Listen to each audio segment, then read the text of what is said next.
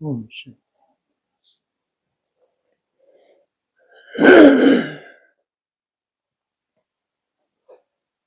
हमारी main subject क्या है? रिसर्च सेंटर पे हो। सबसे बड़ा काम तुम अपने ऊपर कौन सा कर रहे हो जिसकी सबसे ज्यादा जरूरत है?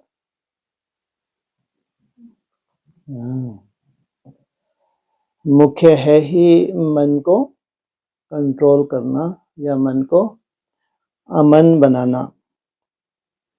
वर्तमान समय पूरे संसार में क्या हो रहा है? दिन प्रतिदिन मन की कमजोरी बढ़ती जा रही है। मन की कमजोरी क्या होती है?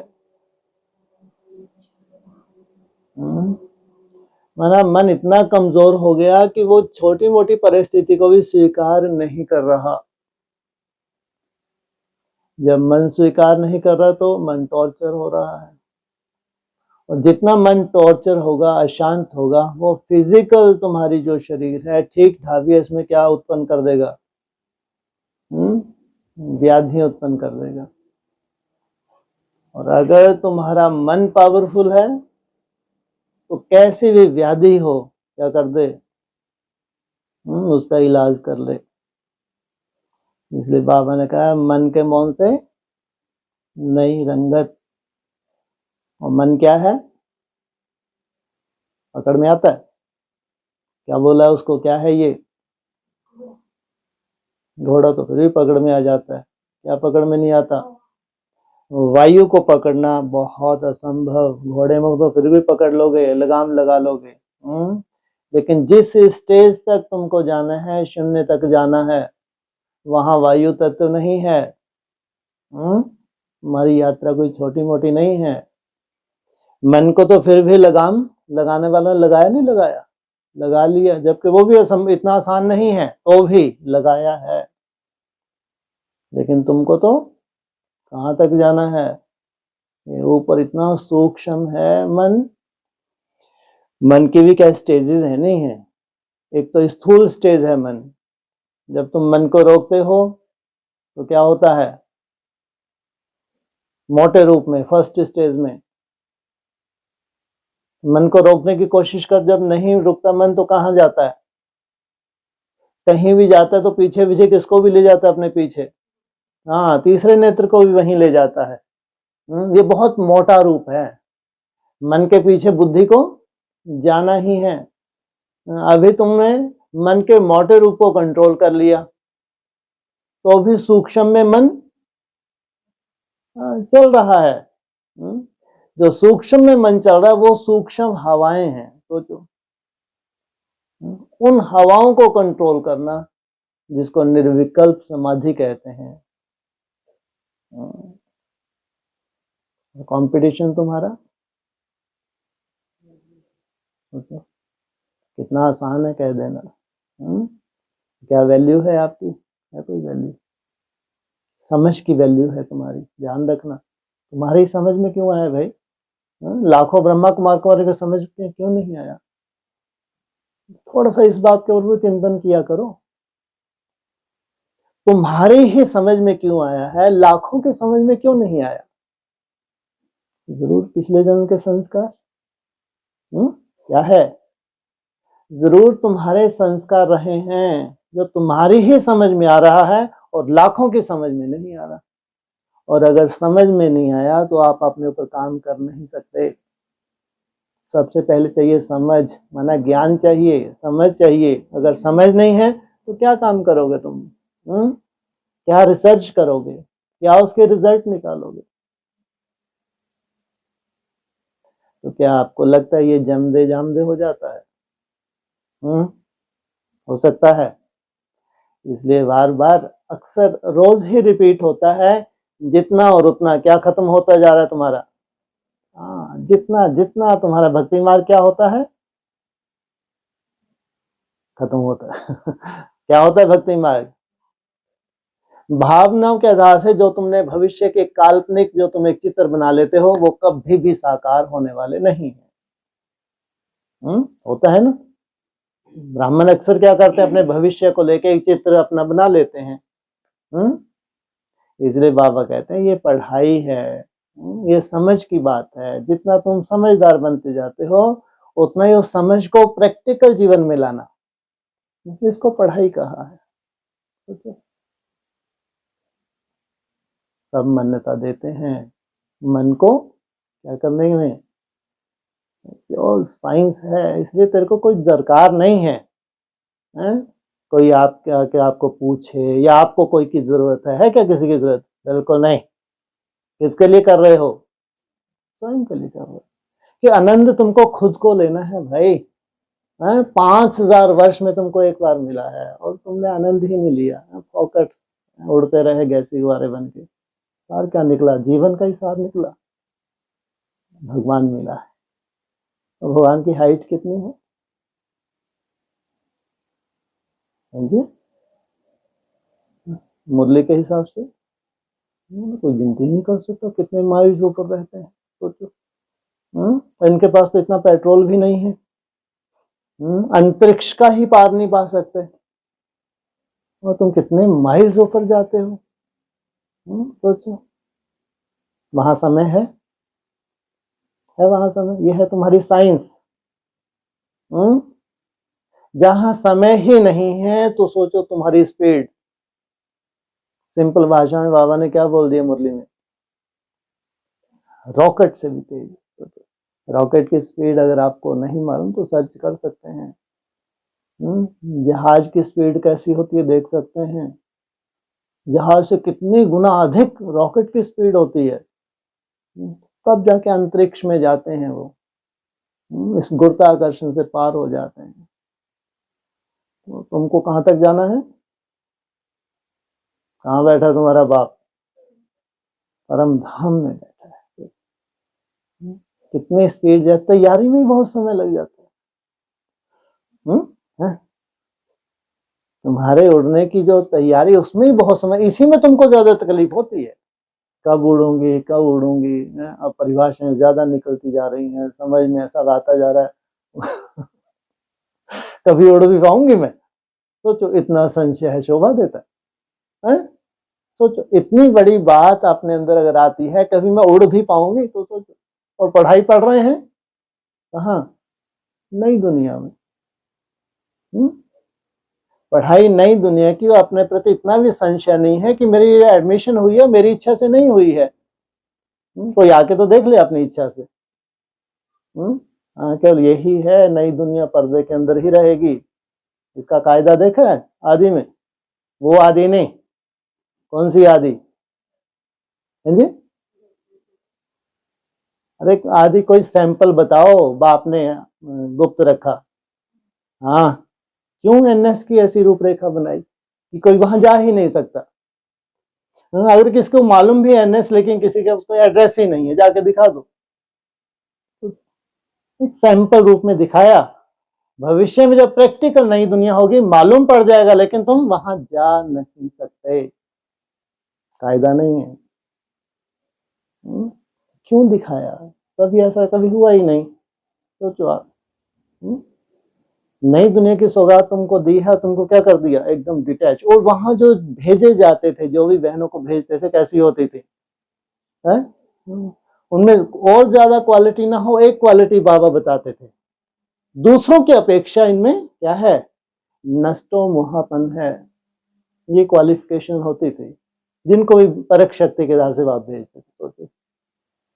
तो एक छोटा सा सैंपल बना के दिखा दिया कि ये भविष्य की एक रूपरेखा है, जहां सब ब्राह्मणों की दरकार भी नहीं है और जा भी नहीं सकते, और एनएस में कोई की दरकार नहीं, ना उनको किसी के इंतजार। क्यों? पहले अपने ऊपर काम करना है। क्या चाहिए? समझदार कौन होता है? वो समझदार कहलाते नहीं हैं जो बांटना शुरू कर दें और अंदर से खोखले हों। समझदार कौन कहलाता है?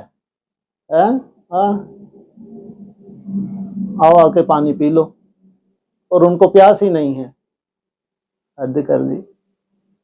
तो सोचो कैसे हैं हम, अभी तक कैसे थे, और उनको प्यास ही नहीं है, तुम दौड़ दौड़ के जा रहे हो, पी के देखो पानी।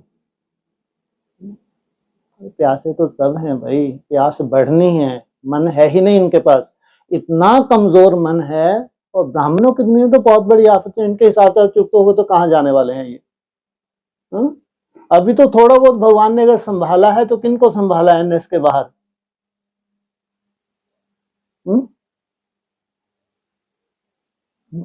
हाँ जी, वो तो पहले से ही संभली हुई थी मधुबन में बहलें, तो वो तो संभली हुई। और कौन से ग्रस्त थी? बाबा के बच्चों ढेर हैं, कुछ बीज भी हैं ऐसे अच्छे हैं, वो केवल सोल की वजह से ऑपरेट हो रहे थे, अभी उनमें चेंज आना शुरू हुआ है, लेकिन बाकी तो तांडव है, ध्यान रखना।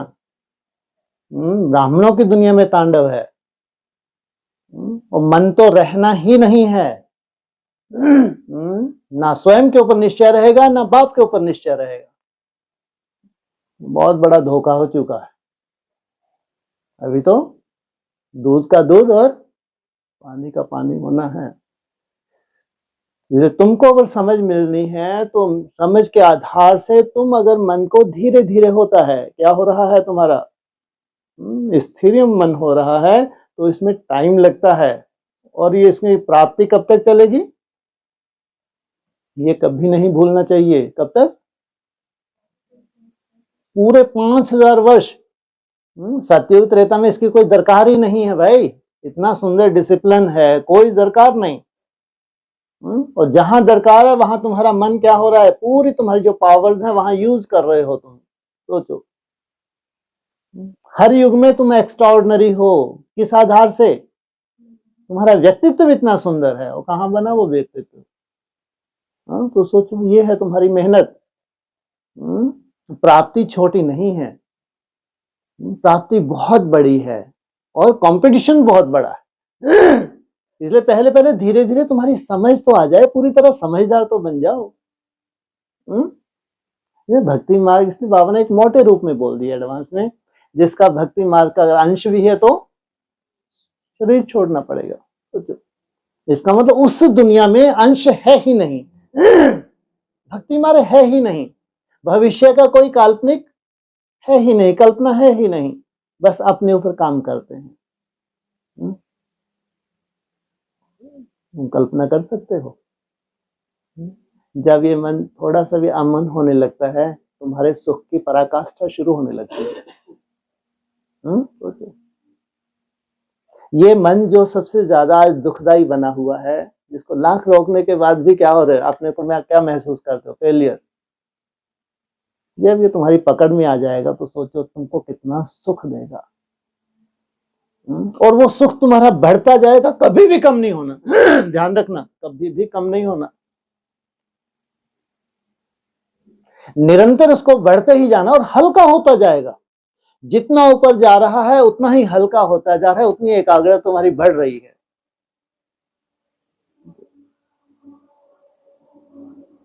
और फिर कुछ ना कुछ तुमको निशानियां भी देखने में आती हैं। कहते हैं शास्त्रों में है कि कोई अनहद नाद होता है। क्या होता है? ऐसा होता है जब वो शुरू होता है कि निरंतर हमेशा के लिए होता है, या बीच में कभी बंद होता है। और तुम्हारा का अनहद नाद शुरू हो जाओ, सीधा डॉक्टर के पास चले जाओ, अगर तुमको समझ नहीं है तो। सोचो आप।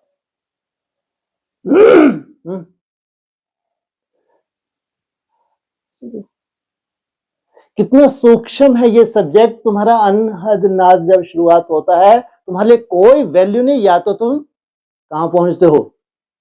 ये डॉक्टर साहब, ये अचानक ये नाद शुरू हो गया, दिन रात चल रहा है, इसलिए अब तुम्हारे पास अगर वो शुरुआत होती है तो तुम क्या हो जाते हो? उछल पड़ते हो। उछल पड़ोगे आगे चल के, या डॉक्टर के पास जाओगे? उछल पड़ोगे। या जरूर कुछ सिस्टम ऑन हुआ है इंटरनल, एकाग्रता के एक निश्चित स्टेज पे आए हैं, तो ये क्या हो गया शुरू? साइलेंस का वो एक स्वरूप इंटरनल तुमको महसूस हो रहा है, निरंतर हो रहा है, 24 घंटे हो रहा है, जो तुम्हारी कल्पना में भी नहीं था।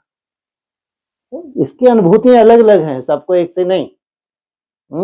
किसी को अनहद नाद निरंतर हो जाता है, किसी को अपनी तरह का, आगे चल के तुम बताओगे। और शास्त्रों में उसका जिक्र होगा, ऐसा नहीं जिक्र नहीं होगा। और ये बड़े बड़े तपस्वी उसके लिए तरसते हैं कि हम उस स्टेज में पहुंच जाएं, वो अनहद नाद शुरुआत हो जाए जो कभी खत्म ही नहीं हो, तुमको अंतरिक्ष से जोड़ देता है। सोचो इतना ब्रॉड बना देता है तुमको। ये फिजिकल बातें हैं, केवल मन बुद्धि की काल्पनिक नहीं है। फिजिकल क्या होता है? हाँ, ये पूरा फिजिकल है बॉडी, ये तुम्हारा ब्रेन फिजिकल है, इसमें सर्कुलेशन फिजिकल है। ऐसा नहीं कि फिजिकल कुछ है ही नहीं, बस काल्पनिक ही चलते रहो, शरीर छोड़ो और जाओ। जो है शास्त्रों में सब संगम युग का यादगार है। हर वो परिभाषा निकलनी है, हर वो परिभाषा जो शास्त्रों में है। और तुमको कोई पढ़ाई लिखाई की जरूरत नहीं कि धक्के खाओ जाके, पूरे पढ़ के देखें क्या कुछ है। तुम्हारी तो एक ही सब्जेक्ट है बस, तुम्हारी अव्यक्त वाणी और मूल्यों का सार। माम एकम, क्या करो? अपने को आत्मा समझ, मुझ बाप को याद करो। पूरा सार है इस ज्ञान का। इसमें जितना तुम आगे बढ़ते जाते हो तुम्हारी समझ में बैठ जाता है। जब देह ही मेरी नहीं है तो फिर देहदारी या जो भी इच्छाएं हैं देह से संबंधित ही हैं, धीरे धीरे उनको छूटना और ऊपर की तरफ बढ़ना, ये तुम्हारी यात्रा है। इसलिए सबसे बड़ा तुम्हारा गुण कौन सा है? धैर्यता। योगियों का अगर कोई गुण है तो सबसे बड़ा गुण है धैर्यता। अगर धैर्यता नहीं है तो भूल जाओ कि तुम योगी हो। तो फिर तुम छटपटा रहे हो, क्यों नहीं हो रहा, कब होगा, होगा नहीं होगा। ये कोई योगी है? तो कहते कोई भी इच्छा नहीं, कोई भी इच्छा नहीं है योगियों के पास। अपने भविष्य को लेकर, अपनी जो भी अचीवमेंट्स हैं उनको लेकर भी कोई इच्छा नहीं है। इसको कहते हैं इच्छा मात्रम अविद्या। यहां तक तुम्हारा समर्पण बाप चाहता है। तो गीता में क्या लिखा है? कैसा समर्पण? सर्वंश समर्पण। ये है सर्वंश समर्पण। बस एक तरफा तुम्हारा एक कर्म है जो तुमको मिल गया, निरंतर वो कर्म तुम कर रहे हो, बस उसके रिजल्ट क्या है बाप जाने। रिजल्ट कितनी सुंदर होगी। तो उसके साथ साथ जो कुछ भी तुम्हारे पास आना है इंटरनल, जो भी चेंजेस आने हैं, और तुम्हारे लिए किससे कोई लेना देना नहीं, बस उसका तुम आनंद लेते हो। स्वार्थी नहीं हो। क्या कभी एक ऐसा भी लगता है कि तुम तो बहुत बड़े क्या हो गए, जैसे कि स्वार्थी नहीं हो तो तुम तो बड़े से बड़े क्या बन जाओगे, सोशल वर्कर बन जाओगे। लेकिन तुमको कोई छटपटाहट नहीं है। तुम्हारा चित्र तुमको अक्सर दिखता है कितनों की छतर छाया तुमको बनना है, कितनी तुम्हारी छतर छाया में आते हैं। अगर तुम रूहानी सोशल वर्कर हो तो वो कौन सी रूहानी आत्मा है जिनकी सेवा होनी ही है? ड्रामा में नूंद है। कौन सा चित्र है? हैं जी? महाराष्ट्र में तो आनंद ले रहे हैं। कहाँ की छतर छाया? गोवर्धन। वो गोवर्धन पर्वत है। तुम्हारे योग बल से इन सब की सुरक्षा है। अंश मात्र भी इनके पास कोई तकलीफ नहीं हो सकती। सर्व के सहयोग से सुखमय संसार। इसलिए गोवर्धन में अव्यक्त वाणी बोला है कि सबने उंगली लगाई है, ऐसा नहीं उन्होंने तो एक का यादगार बता दिया, नहीं, क्या है? सबकी उंगली है, सबका सहयोग है, सबकी सुरक्षा होगी। जहां पूरा विश्व असुरक्षित है, चाहे ब्राह्मणों का विश्व हो, चाहे 800 करोड़ आत्माएं हो, सब असुरक्षित। कहते हैं पूरा साइंटिफिक है। अगर ग्रहों क्या कोई दशाएं हैं, साइंटिफिक क्या है? पूरा वर्ल्ड असुरक्षित है। तो सोचो तुम कितने भाग्यशाली निकले। कितना सुंदर तुम्हारी बुद्धि की दात कहो, भगवान की कृपा ही कहो कि तुमको इतनी सुंदर समझ मिली है। उस समझ के आधार से तुमने क्या किया? अपनी सुरक्षा की, अपने परिवार की सुरक्षा की, उस परिवार की सुरक्षा की जो अविनाशी है। क्या है वो परिवार? अविनाशी है, उस परिवार का विनाश नहीं हो सकता। और इनकी जन्म जन्मांतर की तपस्या है, एक जन्म की नहीं।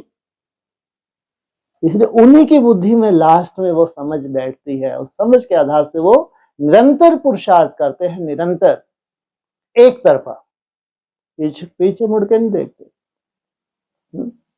रिजल्ट कब निकलेगी उनको कोई लेना नहीं, बस मेरे को अपना कर्म करना है।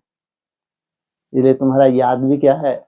जैसे कि एक कर्म है, और कर्म का सिद्धांत है। जब कर्म करते हैं उसमें एक बीज डला हुआ है, बहुत सूक्ष्म है। और उस बीज का फल ना मिले ये हो नहीं सकता। कर्म के प्रति अपने बस तुम निश्चय बुद्धि बने रहो, क्या उसमें सूक्ष्म बीज समाया हुआ है, और उस बीज को लेकर तुम कर्म कर रहे हो, तो कर्म का फल ना मिले ये कैसे हो सकता है? भले देर है लेकिन क्या नहीं है? अंधेर नहीं है। बहुत तुमने जाने अनजाने में कहते ना, तुमने एक बहुत बड़ा क्या ले लिया,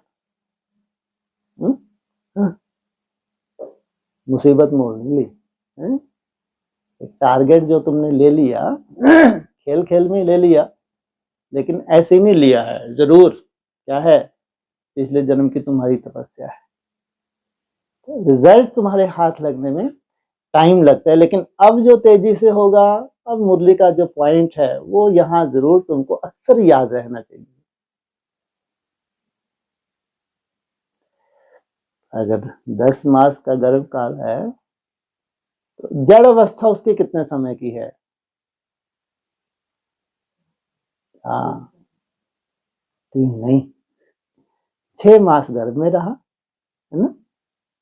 गर्भ से बाहर निकलता है तो पूरे कितने जन्म? मुरली के हिसाब से 84 जन्म। तो कितने समय का है ज्यादा से ज्यादा? जड़ किसको बोलते हैं? अच्छा, समझ नहीं है। यहाँ बैठे पढ़ाई पढ़ रहे, समझ ही नहीं है। जड़ तुम्हारी अपनी अवस्था है जो तुमको अप डाउन कर रही है, निश्चय निश्चय में ला रही है, यह जड़ता। इसलिए अक्सर कई बार कहते हैं ना, अक्सर रिपीट क्या हो रहा है, 27 में तुमको निश्चय किस बात का हो जाएगा? हाँ, स्वयं के ऊपर निश्चय हो जाएगा, अपने भविष्य की मंजिल के लिए तुमको कोई अनिश्चय नहीं होगा। कि तब तक ये पिंड जड़ है, उसके पास कोई ऐसी अनुभूति नहीं है, कोई ऐसी एकाग्रता नहीं है जो भविष्य के लिए निश्चिंत हो जाए। तब तक वो जड़ है ज्यादा से ज्यादा।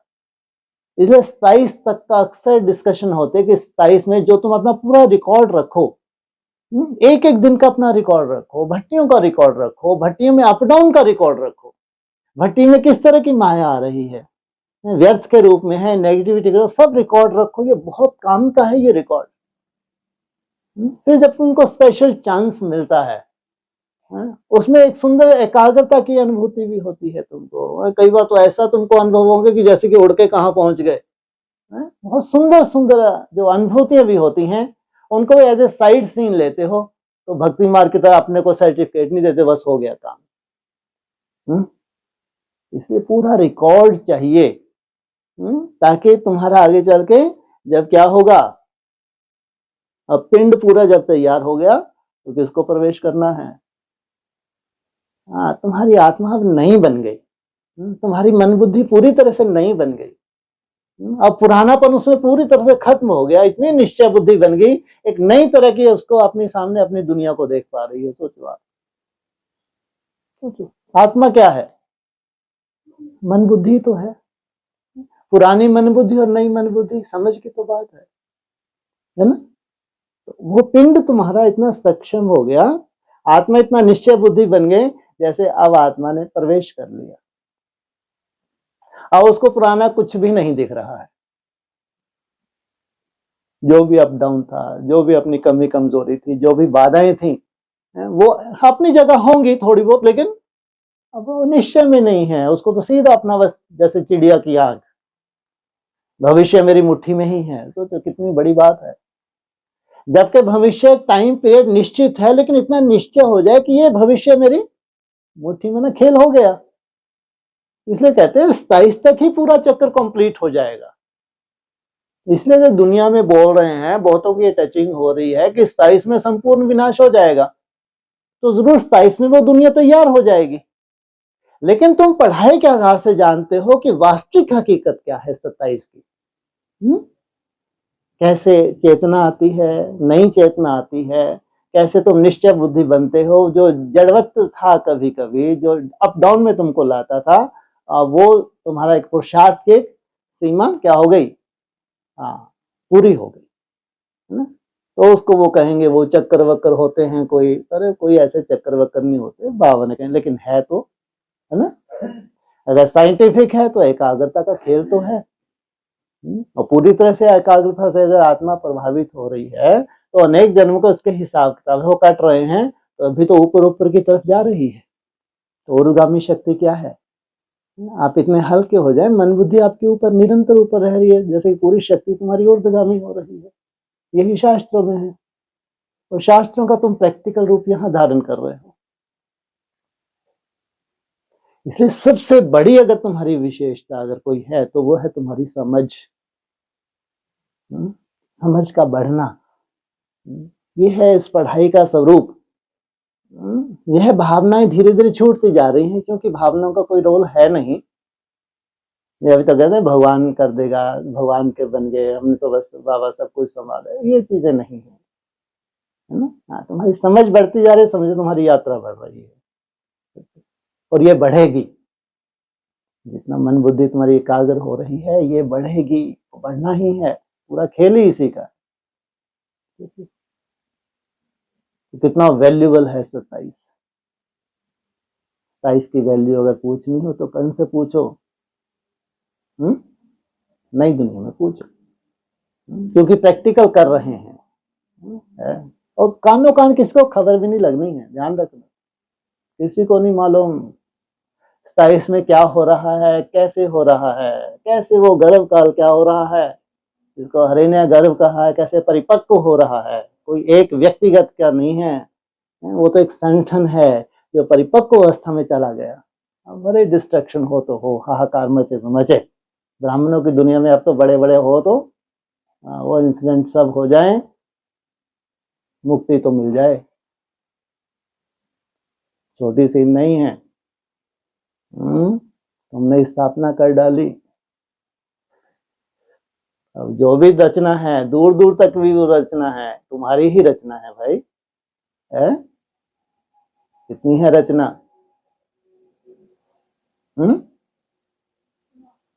9,16,000 रचयिता है, रचना है, रचयिता है, इनकी रचना 9 लाख। 9 लाख कमजोरी आत्माएं हैं, अपनी तरह की कमजोरी है तो प्रभावित तो होंगे। जितना उन्होंने याद किया है, जितनी धारणाएं की हैं, वो उनका फाउंडेशन है, लेकिन हिलेगा तो, छोटा मोटा हिलाव नहीं है। ये हिलाव अगर देखना हो तो विश्व में देख लें। जिनको वर्ल्ड लेवल पे न्यूज देखने का शौक है, कैसी सिचुएशन बनती है ये 2-3 साल में, भारत की सिचुएशन क्या होती है तो देख ले, तो समझ जाए स्थापना हो गई। हाँ, स्थापना को रिफाइन होना है, ये बात अलग। स्थापना होना तो फिर उसको रिफाइन होना। स्थापना हुई है तो इसका क्या रिजल्ट तुम्हारे पास आया है, खुद के पास पर्सनल क्या रिजल्ट आया है, स्थापना हो गई, मन में शांति हो। अभी कौन सी अशांति घूम रही हाँ, अरे इतनी कथा की समझ में नहीं आई।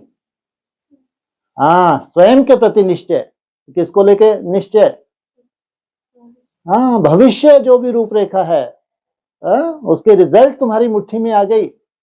ऐसे नहीं कि तुम संपूर्ण एकाग्रता आ गई, लेकिन नहीं, तुम्हारी यात्रा से तुम इतने अनुभवी बन गए, जरूर कुछ ना कुछ तुमने कहां पहुंचे हो। ऐसा नहीं कि वहीं नीचे ही हो और निश्चय बुद्धि बन जाओ, ये कायदा नहीं है। जरूर तुमने क्या किया है, ऊपर उठे हो, और ऊपर उठे हो, नीचे से ऊपर उठे हो, वो तुम्हारे निश्चय का आधार है। अब इस निश्चय को कोई निकाल नहीं सकता। अब ये बीज है, इसको कहेंगे नई दुनिया स्थिरियम हो गई। जैसे कहते हैं ना अपने पाँव पे खड़े हो जाना, यहां तक ये है ओरिजिनल स्थिर, इसको कहेंगे। वो पूरा तुम्हारे इंटरनल है, उसको बाहर से नहीं देखा जा सकता। वो तुम्हारा खुद का मामला है। इसलिए जब नई दुनिया स्थिरियम होगी तो एक भी आत्मा वहां क्या नहीं हो सकती, स्थिर मन स्थिर, अस्थिर नहीं हो सकती, एक भी आत्मा नहीं हो सकती। पूरा निश्चय का खेल है। जो भी भविष्य की रिजल्ट है, जो बड़ी बड़ी बातें यहाँ होती हैं, वो सब बातें होती हैं जो कोई के हजम में भी नहीं होती, लेकिन आधार उनका कहीं ना कहीं अव्यक्त या मुरली है। लेकिन खेल पूरा वो निश्चय नहीं। हमने 7 डेज कोर्स किया था, हम निश्चय बुद्धि बन गए थे, है ना, और फिर हम एडवांस में आए, निश्चय हो गए, बाप के निश्चय बुद्धि बन गए थे। फिर भी आज हालत क्या है, तो वो निश्चय नहीं, लेकिन अभी असली निश्चय बाकी है। पढ़ाई के आधार से स्वयं में जो निश्चय अभी होना चाहिए वो अभी बाकी है। ये जब तक निश्चय है तब तक इस पिंड को क्या कहेंगे, ये तुम्हारा पिंड है। ये पिंड दिन प्रतिदिन क्या हो रहा है, सक्षम हो रहा है। तुम्हारी मेहनत से ही धीरे धीरे ये सक्षम हो रहा है। निश्चित स्टेज में जाके क्या हो जाएगा, ये पिंड तुम्हारा कंप्लीट हो जाएगा और तुम नए सुंदर सुंदर संकल्पों के आधार से पूरे अव्यक्त वाणी का सार लेके तुम क्या हो गए, एक नई आत्मा बन गए। तुम्हारी मन बुद्धि पूरी तरह से नई होगी, उस नई मन बुद्धि के आधार से निश्चय बैठा है तुमको भविष्य नई दुनिया का, वो तुम्हारी रंगत का आधार है। क्या कहोगे, पुराना डायलॉग अब जाके कहोगे, आ गया। ऐसा नहीं कि तो संपूर्ण बीज में टिक गए, लेकिन जब हम पैदल थे, हैं, जो नीचे जो मुसीबतें थी, अब वो मुसीबतें नहीं, अब मजा आ रहा है। ये हकीकत है पढ़ाई की, इसमें कुछ भी भक्ति मार्ग नहीं है, ये हकीकत है पढ़ाई। इसलिए कहते हैं जम दे जाम दे नहीं होता, लेकिन लंबे समय अभ्यास तो चाहिए। इसलिए तुम्हारा अभ्यास कभी छूटना नहीं है, इतने भाग्यशाली हो। ना आज तक छूटा है, ना छूटेगा, बढ़ेगा। छूटने की तो बात ही नहीं है, दिन प्रतिदिन कहां से बढ़ेगा भाई, उसका आधार भी क्या है, साइंटिफिक निश्चय कहाँ है। बढ़ेगा इस आधार से, प्रैक्टिस से। और क्या है मेन, वायुमंडल, अव्यक्त वाणियों का सार। अरे ऐसा संगठित रूप में वायुमंडल बना लो, अगर कोई कमजोर है तो वो भी उठ जाए। वायुमंडल की दरकार क्या है, संगठन की दरकार क्या है भाई, जब तुम स्वयं ही बहुत पावरफुल हो तो अपना आनंद लो। लेकिन भगवान तो तुमको नीचे हट, कोई वैल्यू नहीं, क्या चाहिए, परिवार चाहिए। तो संगठन का बल है ये। अगर कोई कमजोर आत्मा भी है तो वो भी क्या करे, क्योंकि एक शुभ संकल्प से है, वो ऐसे ही नहीं, भगवान के है वो, भगवान की वजह से, या कहो कि उसके अपने कर्मों के हिसाब किताब हैं जो भगवान ने उसको भेजा। अब ये संगठन का बल, कमजोर से कमजोर आत्मा भी क्या करे। इसलिए भट्टी का जो कायदा है, अगर आग लग गई तो उस आग में क्या हो रहा है, उन ईंटों को पकना ही पकना है। अगर अपनी तरह कोई कमजोरी है भी तो वो नहीं रहनी। अगर कोई कमजोरी है भी तो कम से कम इतना सर्टिफिकेट स्वयं को या अपने संगठन को देना चाहिए। अगर तुमको कुछ दिख भी रहा है, चाहे अपने प्रति दिख रहा है, चाहे किसी के प्रति भी दिख रहा है, तो ये सर्टिफिकेट दो, जैसा बाप इसका स्वरूप देख रहा है वैसा ही तुमको भविष्य में उसका स्वरूप देखे। सच्चाई है, इसको कहते हैं संगठन का बल है। ऐसा नहीं कि नहीं है कमजोरी, अगर कोई कमजोरी ना होती तो भगवान को आने की जरूरत ही नहीं थी भाई। इसलिए भगवान आए एक सुंदर सा छोटा सा निर्माण करने के लिए। एक सुंदर छोटे संगठन का निर्माण हो गया तो उसे भगवान का कार्य पूरा, और तुम भी छूट गए समझो। बाबा पूछते हैं छूटना चाहते हो, ना नहीं, इतना बड़े योगी हो गया। कितना चल चल के कितनी मुसीबत होती है, चुप न हो, कब हमारी एकाग्र बुद्धि बनेगी, कब एकाग्रता की पराकाष्ठा आएगी। हम तो थक गए, दुखी हो गए। तभी तो बाबा ने बोला तुम छूट जाओगे। कब छूट जाओगे? कम से कम वो इतना सुंदर पॉइंट तुम्हारे पास है कि छूटने का तो एक निश्चित समय है। सोचो कितना सुंदर पॉइंट है। तुमको इतना निश्चय में तो सदैव तुमको प्रफुल्लित रहना चाहिए, जिसमें तुम्हारा अपना कोई रोल ही नहीं है। इतनी बड़ी खुशी का सुंदर पॉइंट है, लेकिन तो भी तुम्हारी बुद्धि में नहीं आता। सोचो, रटा हुआ है। ये तो मरना ही है, आज नहीं तो कल। इसकी मृत्यु निश्चित है। जब इसकी मृत्यु निश्चित है तो हमारी लॉटरी निश्चित है। सोचो, जब तक इसका शरीर है तब तक तुम्हारा पुरुषार्थ है। तो कितने ललायित रहे होंगे ब्रह्मा कुमार कुमारी, 76 76 76, और तुम ऐसे ललायित ही नहीं हो। 34 34 34 हो ही तो ड्रामा घूम रहा है, कुछ नया थोड़ी होने जा रहा है ना। सोचो, तुम्हारे से अच्छे तो भक्त अच्छे थे। अब तुम तो ज्ञानी तू आत्मा हो, और कर रहे हो, मेहनत कर रहे हो दिन रात। अगर कहें दिन रात तो है, क्योंकि तुमको फुर्सत करने चार्ट ही पूरा नहीं हो सकता। अगर तुम जो अटेंशन देते हो, जैसा भी देते हो, जो भी तुम्हारी बाधाएं अपनी तरह की बाधाएं हैं, उन बाधाओं को पार करके तुम चार्ट बना पाते हो। रात को सोते बाद में हो चिंता सुबह उठने की है तुमको। सोचो आप कितने भाग्यशाली हो। सोना अभी नसीब नहीं हुआ, चिंता कौन सी है? इसको कहेंगे दिन रात, नहीं कहेंगे इसको। जैसे बीच में भी तुम्हारी नींद खो जाए, दौड़ दौड़ के घड़ी देखते हुए कहीं इतना तो नहीं बच गया। सोचो कितनी मुसीबत है। जैसे पूरी मुसीबतें भगवान ने तुम्हारे ऊपर ही डाल दी। इतने बड़े सोशल वर्कर जो बनना है, जिनकर बहुत बड़ी जिम्मेवारी होती है, तो उनको ऐसी चिंता क्यों ना हो? बहुत शुभ चिंता है ये, है ना। अगर हमारे निर्माण से विश्व का निर्माण हो रहा है, हमारे निर्माण से सब ब्राह्मणों का निर्माण हो रहा है, हमारे निर्माण से पूरे विश्व की अगर सेवा समाई हुई है, तो क्यों बलिदान ना करें भाई? तुम्हारी चढ़ती कला सर्व का अगर भला हो रहा है, तो हम बलिदान क्यों ना करें? वो बलिदान तुम पहली बार तो नहीं कर रहे हो। अगर तुम बहुत श्रेष्ठ भक्त हो तो तुमने तो अक्सर बलिदान किया होगा। अगर तुम बड़े से बड़े भक्त हो तो, नहीं तो तुम्हारी समझ में ये बातें नहीं आ सकती। अगर तुम्हारी लंबे समय की भक्ति नहीं है तो तुम्हारी समझ में ये बातें नहीं आ सकती। तो भक्ति में भी बलिदान होता है, ऐसी भक्ति नहीं होती। एक होती है साधारण भक्ति, एक भक्ति होती है कोई विशेष टारगेट लेके भक्ति की हो जाए, उसमें बलिदान होता है। उसमें वैसा ही वैराग होता है जैसा हमारे अंदर वैराग पैदा किया जा रहा है।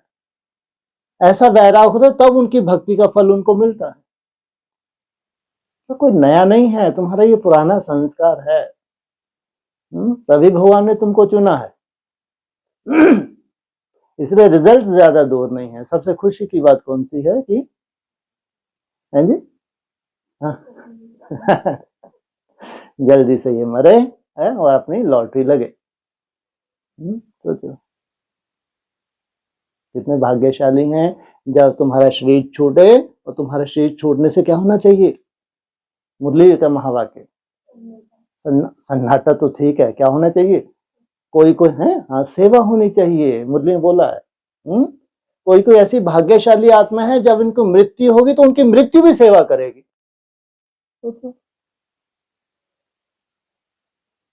और हम अपनी मृत्यु का आवाहन कर रहे हैं। क्या कर रहे हैं? क्या कर रहे हो तुम? श्वास को क्या करते हो? अपने संकल्प ही तुम्हारे क्या है? श्वास है। रोज रोज तुम अपने श्वास को कम करते जाते हो, संकल्पों को कम करते जाते हो। ये तुम्हारी मृत्यु का आधार है। जैसे ब्रह्मा बाबा ने बोल दिया, क्या? अगर मन रुक जाए तो ना ये बेचारा खा सकता है, ना पी सकता, क्यों मुस्कुरा रहा है मालूम नहीं क्यों। ना ये बेचारा कुछ भी खा रहा है, एक बूंद पानी नहीं ले रहा, लेकिन चेहरा, ऐसा क्या मिल गया भैया तुमको? वो बता रहे कि भैया मैं मर चुका हूं। फिर आपकी आंखें क्यों मटक रही हैं, आप मुस्कुरा क्यों रहे हो, आप तो हमसे बातचीत भी कर रहे हो। अरे ये अनोखी मृत्यु है। इंस्ट्रूमेंट लगा रखा है साइंटिस्ट ने, वो बता रहे हैं ये व्यक्ति जीवित नहीं है, और इसका इंस्ट्रूमेंट बता रहा है ऐसी लाइन चल रही है एकदम स्ट्रेट, ऐसी ऐसी भी नहीं है कि थोड़ा अप डाउन थोड़ा अप डाउन। तो साइंटिस्ट है कि इसका ऊपर छाया देखो, छापा इसका छापा छापा वापा भी है। हाँ, इस मृत्यु का तुम कितने क्या कहेंगे, बेसर्विस है कि भगवान कब ये मृत्यु नसीब होगी, इसके लिए तुम लगे हो। वो सुंदर मृत्यु जो 5000 वर्ष में एक ही बार मिलती है, उस मृत्यु का तुम आह्वान कर रहे हो। उस मृत्यु में तुम्हारा जीवन है, अविनाशी जीवन है। ऐसा है तुम्हारा जीवन अविनाशी, संसार का विनाश और तुम्हारी सृष्टि की शुरुआत। उस मृत्यु में ही तुम्हारा जीवन भरा हुआ। इसलिए यात्रा कब से तुमको एक सुंदर पॉइंट मुरली में मिल गया, ये यात्रा तुम्हारी क्या है, लंबी यात्रा है। कहाँ की यात्रा है लंबी, अमरपुर की, है ना। माना अमर बनना कोई जमदे जामदे नहीं होता है, लेकिन सुखदायी यात्रा है, इसको और ऐड करो। जितना जितना तुम आगे बढ़ते जाएंगे उतना ही उतना आनंद है इस यात्रा में, ये तुमको एडिशन और करना चाहिए। अगर कोई छटपटाहट है तो बस तभी तक है जब ये मन बहुत ज्यादा उथल पुथल कर रहा है, तुमको परेशान कर रहा है, तब तक। आगे चल के जैसे ही इसकी उथल पुथल कम होगी, धैर्यता तुमको मिलेगी, तो समझो अब तुम्हारी वो सुंदर यात्रा शुरू हो गई। अब ये यात्रा कितनी भी लंबी हो, अब आनंद ही आनंद है इस यात्रा में। परम धाम की यात्रा जितनी भी लंबी हो उतना ही तुमको वरदान इसके अंदर छुपा है। कौन सा, आयुष्मान भव। आज दुनिया में कुछ नहीं चाहिए, दुनिया में क्या चाहिए, लंबी आयु। लेकिन लंबी आयु हो, दरिद्र पैसा धनवान होना कोई काम का है? और तुमको क्या प्रॉपर्टी मिलती है, लंबी आयु भी है तो खुशी कब मिलती है तुमको, वो दो मुख्य क्या क्या बताए हैं, हेल्थ और वेल्थ। सोचो, हेल्थ भी है, कोई कमी नहीं है तुम्हारे पास। क्यों, आत्मा कैसी है, बहुत पावरफुल है। जितनी आत्मा पावरफुल है उतनी हेल्थ इंप्रूव करती जाएगी। जितना जितना तुम्हारी फास्टिंग बढ़ेगी, साइंटिफिक जो तुम्हारे सेल्स हैं उनके डैमेज होने की गति जो है धीमी पड़ती जाएगी। तो हेल्थ, फिर वेल्थ, प्योरिटी है तो वेल्थ की क्या कमी भाई। हद के साधु सन्यासी होते हैं, प्योरिटी की पावर, जंगल में बैठ जाते हैं जाके, वहीं दूर दूर तक पहुंच जाते हैं, महाराज को कोई कमी नहीं। जहां प्योरिटी है वहां वेल्थ की तो कोई कमी रहती ही नहीं। हेल्थ और वेल्थ जिनके पास है, हैप्पीनेस, और फिर लंबी आयु। तो कितना बड़ा वरदान है संगम युग का। इसलिए अगर मेहनत है तो कुछ भी नहीं, मेहनत है, प्राप्ति बहुत बड़ी है, बड़ी नहीं बहुत बड़ी है, स्वाभाविक ही है। ये तो कहना, आज हजारों ने किस्मत आजमाई होगी कि अव्यक्तवाणी में अगर बोला है तो क्या उन्होंने पुरुषार्थ नहीं किया हो गया था, नहीं किया होगा, किया होगा ना। लेकिन एक समय सीमा थी तो अपने को फेलियर महसूस किया, फिर उनके सामने कोई सैंपल नहीं था। नहीं तो क्या अर्थ निकलता है इस अव्यक्तवाणी का। अगर अव्यक्तवाणी बोलती है 1 सेकंड में तुम कितनी सफल कर लेते हो, एक सेकंड कितने के बराबर है, 1 वर्ष के बराबर है। इसकी क्या सेंस निकलती है बताओ तो। क्या करोड़ों वर्ष का है क्या, है? तो एक दिन भी कितना बड़ा होता है, कितने संकल्प होते हैं, 86,000 लगभग संकल्प होते हैं, और तुम्हारा कल्प कितने का है, मात्र 5,000 वर्ष का है। तो कितना गहरा ये मैसेज केवल तुम्हारे नई दुनिया के लिए, इनके लिए नहीं, इनको कोई काम के नहीं। बड़े बड़े पंडित हों तो इसके ऊपर कभी मंथन ही नहीं करेंगे, मंथन ही नहीं करेंगे। जबको ये शास्त्रों में होना चाहिए, इसका सार होना चाहिए, तो उनके कोई काम का नहीं। उनके काम के शरीर छोड़ना बहुत सहज, लेकिन इनके ऊपर कभी मंथन नहीं कर सकता, क्योंकि उनके लिए है ही नहीं। और अव्यक्त वाणी पॉकेट नहीं है। अव्यक्त वाणी का पूरा सार किन के लिए है? जो नई दुनिया में जो रिसर्च होनी है उनके लिए पूरा सार है। ठीक है, क्या है इसका? 5000 वर्ष। 1 सेकंड तुम्हारा 1 वर्ष के बराबर है। इसका मतलब तुम्हारा जो खेल की तुम्हारी शुरुआत होती है, असली शुरुआत होती है, तो उसमें 5000 सेकंड चाहिए। 5000 सेकंड लगभग 1.5 घंटा। 3 घंटे का आसन में 24 घंटे का आसन समाया हुआ है, ध्यान रखना। 3 घंटा 45 मिनट में क्या समाया हुआ है? 24 घंटे के लिए तुम्हारी सिद्धि स्वरूप बन जाते हो तुम, लेकिन उससे भी पहले 1.5 घंटा। इसलिए तुमको कम से कम समय मिल रहा है अमृत वेला। अगर 3 बजे भी उठते हो, ऐसा कोई भी नहीं है जिसको इस सिद्धि को प्राप्त करने के लिए समय ना मिलता हो। हाँ, वो भक्ति मार्ग की तरह कर रहा है, ये उसकी अपनी बेसमझी कहो। इसलिए अमृत वेला का टाइम हमारे लिए कभी 4 बजे नहीं होता है ना। हमारे लिए क्या बोला है? 1, 2 और 3। 4 बजे तो फिर प्रजा के लिए है, और प्रजा की कैटेगरी को ढेर है, और तो भक्त हैं। तुम्हारा लास्ट अमृत वेला 3 बजे। इसलिए जो 3 बजे है, अगर वो नहा धो कर शुरुआत करते तो उसको कितने घंटे मिल रहे हैं? 1.5-2 घंटे मिल रहे हैं। तो इसमें इसकी पूरी सिद्धि समा सकती है। अगर वो कुछ कुछ संकल्पों के ऊपर अटेंशन देकर संकल्पों को कम कर रहा है, 1.5-2 घंटे की मेहनत, इसमें पूरी सिद्धि स्वरूप बनना है इसको।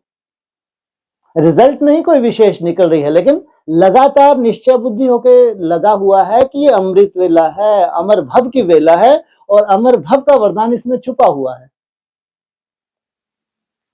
तो 1.5-2 घंटे का टाइम पीरियड, अब किस विधि से तुम करते हो ये तुम जानो। अपने संकल्पों की गति को देखना, उसको कम करना है तुमको। किस माध्यम से कम करते हो तुम जानो। बस एक शत्रु नहीं होना चाहिए इसमें, कौन सा? आलस। तो अगर आलस है तो वो भक्ति मार्ग के खाते में जाता है, फेलियर कहलाता है। अदरवाइज तो अगर 3 बजे उठा तो सिद्धि स्वरूप क्यों नहीं बन सकता? और बनेगा वो। अगर हर सेकंड में 1 वर्ष की कमाई है, तो रोज तुम इतनी कमाई करते हो। अगर तुमको 2 घंटे भी अगर मिलते हैं, तो उसमें तुम मेहनत का अगर 1.5 घंटा भी तुम, ये नहीं कि 1.5 घंटे की कोई एकाग्रता है, लेकिन उस एकाग्रता को धारण करने के लिए जो तुमने बहुत सुंदर मेहनत की है, वो है बीज। एकाग्रता को धारण करने के लिए जो की जाती है मेहनत, वो किस खाते में जाती है? वो तो तुम्हारा आधार बनता है ना। इसलिए सब पॉइंट हमारे काम के हैं, सिद्धि स्वरूप बनाने के लिए हैं। अब इतनी ऊंच तुम्हारे को जाना है, कितना ऊंच जाना है? पहले पहले तुम 8 घंटे, तो वो 8 घंटे नहीं है, तो ये 8 घंटे कितने सुंदर होंगे। इस 8 घंटे में तुम्हारे सामने कोई टिक सकता है? तुम विश्व के कहीं भी जाके, ये बात अलग है कि तुम कोई शक्तियों का प्रयोग नहीं करते, तुमको कहीं परमिशन भी नहीं है। लेकिन जो ऑलरेडी जिनके लिए सजाएं तैयार हैं, वो अपना मुखौटा दिखा रहे हैं, है ना। तो उनको तुम मुक्ति दिला सकते हो। ब्राह्मणों की दुनिया में अभी वर्तमान समय होड़ मची हुई है ना, कौन सी? भगवानों की होड़ मची हुई है, और अनर्थ हो रहे हैं। खुद भी क्या हो रहा है? मिसगाइड हो रहे हैं, और अनेकों को मिसगाइड कर रहे हैं सोल की वजह से। वैसे ही सोल ढेर की ढेर दूसरों में प्रवेश हो रही है, तो इनको सजा तो है नहीं है, सजा का भविष्य। ये बात है, तुम ला नहीं उठाते हो, लेकिन इतनी पावर है संकल्प मात्र में। तुम उनका उद्धार कर सकते हो, संकल्प मात्र से उद्धार कर सकते हो, सोचो। लेकिन तुम कोई इंटरफेयर नहीं करते हो, किसमें? प्रकृति के अनुसार ही होना चाहिए, ड्रामा अनुसार। ड्रामा की नोंद जैसी है, जिसके लिए है वही ठीक है। अपनी घोट तो नशा चढ़े। तुम तो निरंतर अपनी यात्रा पे ध्यान देते हो, निरंतर ऊपर की तरफ जा रहे हो, और तुम्हारे साथ साथ तुम्हारा परिवार है। ये परिवार का भी सुख होता है, ध्यान रखना। परिवार का भी एक सुख। परिवार बनाया ही क्यों, है ना? परिवार से तो सृष्टि की शुरुआत होती है। इसलिए हमको क्या लेना देना, क्या चल रहा है क्या नहीं चल रहा है, ब्राह्मणों की दुनिया संसार में क्या चल रहा है कोई लेना देना नहीं। तो तुम्हारे अक्सर आंख भी बंद रहती है तो कान भी बंद रहते हैं, कोई समाचार से तुमको लेना देना नहीं। निरंतर एक ही धुन है तुम्हारी जिसमें तुम लगातार लगे हुए हो। कब है जड़वत?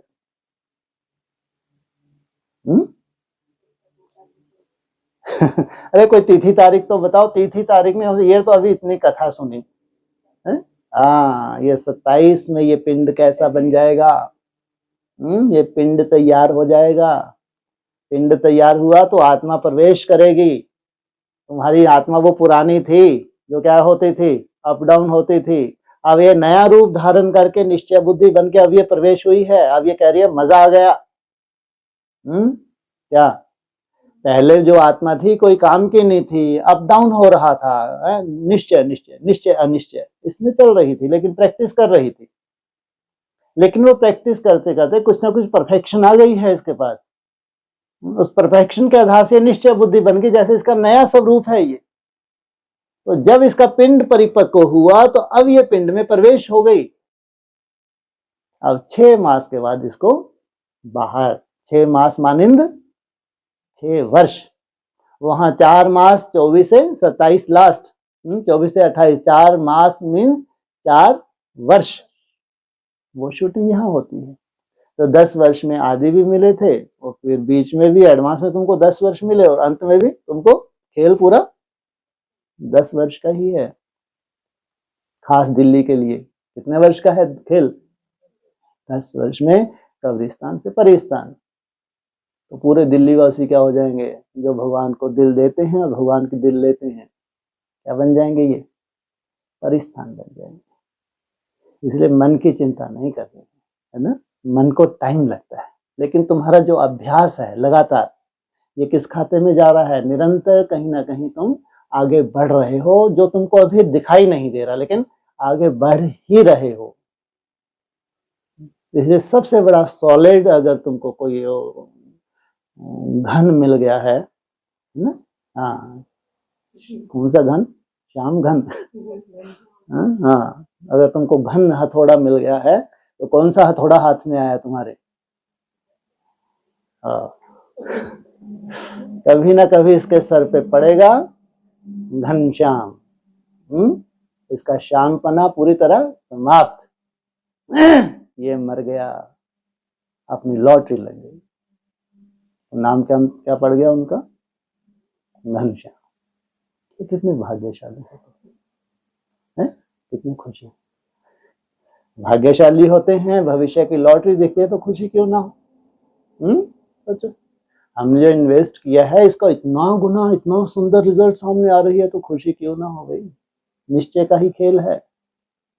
और ये बहुत बड़ी हकीकत है, मुरलियों के हिसाब से हकीकत है। मुरलियों को तो मानते हो ना या नहीं मानते? मानते हो?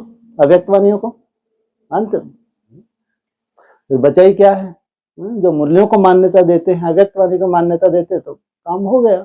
वैसे भी अंतिम समय भाई, अभी बचा ही कहाँ है समय। और इसलिए बार बार मुरली बोले कि अंत में, अंत में।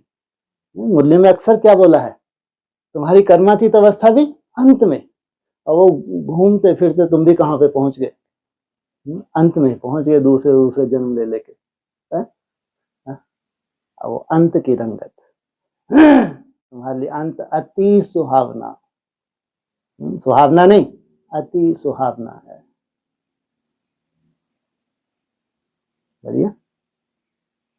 अब तो नहीं कभी मुरझाएंगे।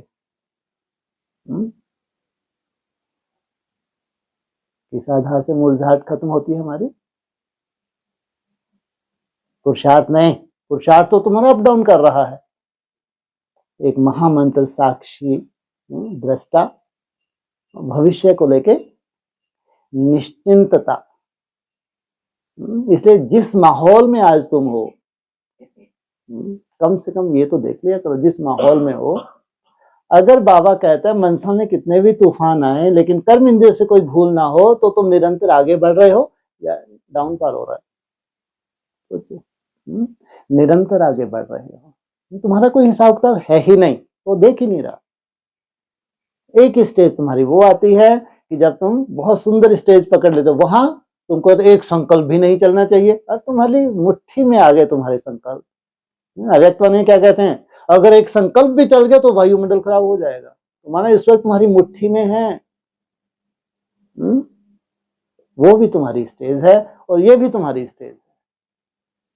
तो उस स्टेज में जाएंगे तो कितना सुंदर एक निर्माण हो जाएगा, पूरी तरह कंप्लीट निर्माण हो जाएगा, संगठित रूप में निर्माण हो जाएगा। इसलिए कहते हैं सर्व के सहयोग से सुख में है संसार। सबने अपनी तरह की अंगुली दी है, सहयोग किया है। और कौन सा सहयोग है बढ़ते बड़ा? मन को अमन करना, एकाग्रता को धारण करना, इससे बड़ा कोई सहयोग नहीं है नई दुनिया में। नई दुनिया में सबसे वो कहीं भी रह के किया जा सकता है, इसका मतलब ये नहीं तुम यहां बैठ के करते हो, नहीं। अगर नई दुनिया से जुड़े हैं, कहीं भी है, विश्व के किसी भी कोने में है, एक सेकंड में वो वहां जुड़ जाते हैं, एक सेकंड में जुड़ जाते हैं। वहां जो वायुमंडल फैलाते हैं, बनाते हैं, वो सीधा कनेक्ट कहां से है?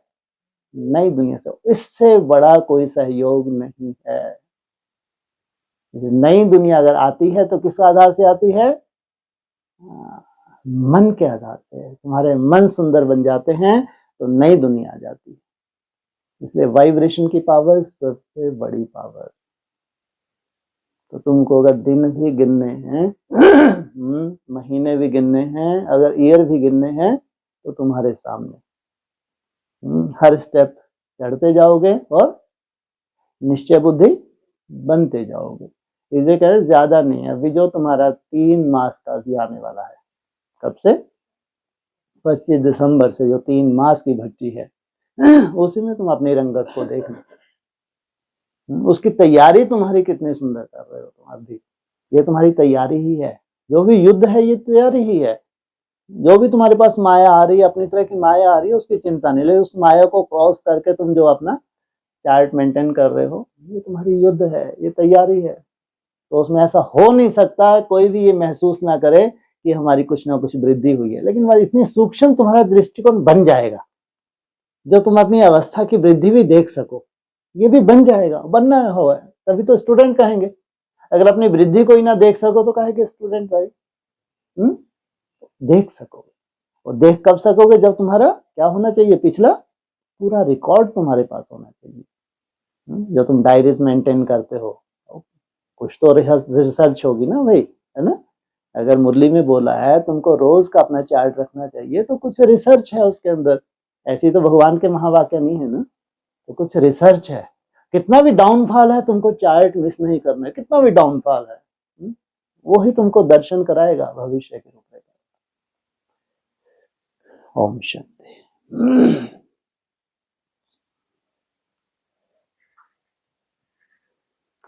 वो कल बोल रहे थे कि आवाज, जो प्रश्न होते हैं उसकी आवाज नहीं आती, तो उसके लिए वो जो, अच्छा ठीक है। बाकी जब वो उस पर डाल देते हो आप, उसमें आती है। हाँ,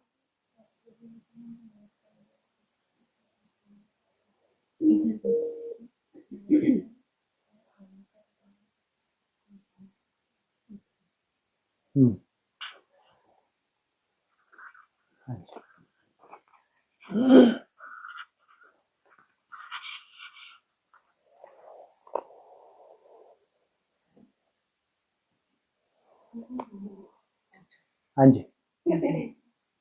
जैसे कि बोला ना, सूर्य पूर्व दिशा से उदय होता है, उत्तर पूर्व से। हाँ जी, क्या मीनिंग? सनराइज कायदा है।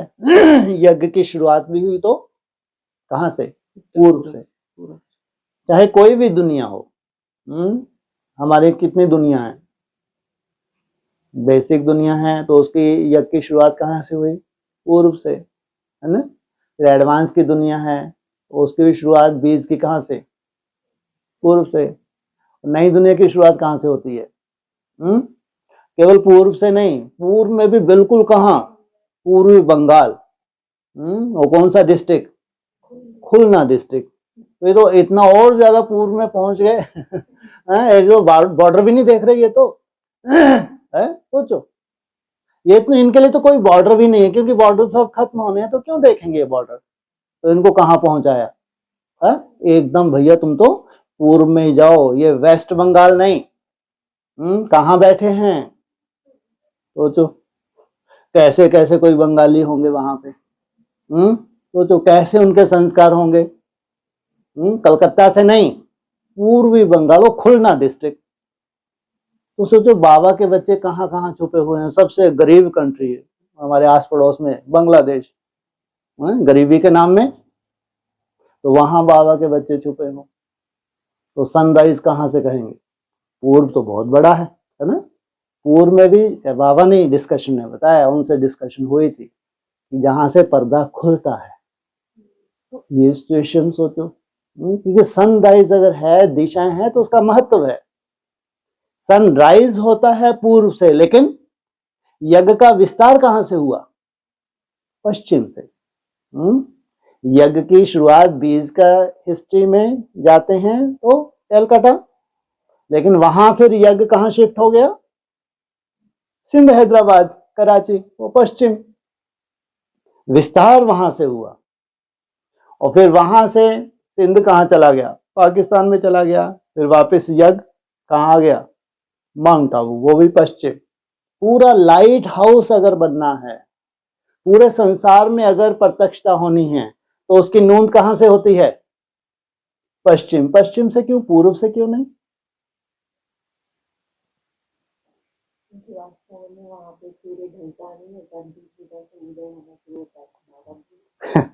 बाबा सही बोलते होंगे, झूठ बोलते होंगे। तो सूर्य वहां रहा ही नहीं, भूत प्रेत आ गए वहां तो। सूर्य वहां रहा ही नहीं है। जो सूर्यवंशी है वो निरंतर चमक ही रहे हैं, बचे खुचे, उनके चार्ट मिस नहीं हो रहे, प्योरिटी की पावर बढ़ रही है, चार्ट बढ़ रहे हैं। वो वहां है ही नहीं। वो तो सूर्य के साथ साथ ही कहां पहुंच गए? जहां जहां सूर्य घूमता जा रहा है, वहां वहां वो पहुंचते जा रहे हैं। उनकी मन बुद्धि वही है ना। तो इसलिए वहां से जब अंधकार हो जाता है, बड़े तेवड़ा वैशाल्य बन जाता है, तो वहां से उठ जाते हैं। क्या बोला है? बड़े तेवड़ा शिवालय और बड़े तेवड़ा वैशाल्य। तो वैशाल्य में रहेंगे क्या? तो वहां से उठे तो जितने भी हैं उनकी मन बुद्धि भी वहां से उठ गई, जो सूर्यवंशी थे। अब वहां बचा क्या कचरा के अलावा? उस कचरे में बैठ के ढूंढेंगे क्या? तो फिर पश्चिम की तरफ सूर्य आ गया। अब जहां सूर्य जाएगा वहां उजाला ही करेगा। क्या करेगा? है ना, उजाला ही करेगा। तो पश्चिम से फिर प्रत्यक्षा होती है। तो जो को नाम वाला कह लो, या अगर पूरे विश्व में अगर प्रत्यक्षता होनी है, क्राइस्ट और कृष्ण की राशि मिलाई जाती है, तो जो इन्होंने तुमसे क्या लिया है, तुम्हारा छीना है, तुमको क्या करेंगे? वापस करेंगे। ये क्रिश्चियन ने तुम्हारा क्या किया है? लास्ट में तो इन्होंने छीना झपटी की है ना। इससे पहले मुसलमानों ने छीना, फिर क्रिश्चियन छीना, अब तुमको वापस लेना है। इसलिए खास क्रिश्चियन का बोला है मुरली में। तो उनको तो वो भी पश्चिम तरफ, लेकिन वो तो जब जागे तब जागे। पश्चिम से जब सूर्य चमकता है, तो उसके लिए अव्यक्तवाणी में बोला है पश्चिम का नंबर तो है। वहां से कौन जागेंगे? भारतवासी कुंभकर्ण, है ना। लेकिन उनको जगाने के लिए, अरे विदेशियों को तो जगाना है। अव्यक्तवाणी का कोई पॉइंट होना चाहिए ना।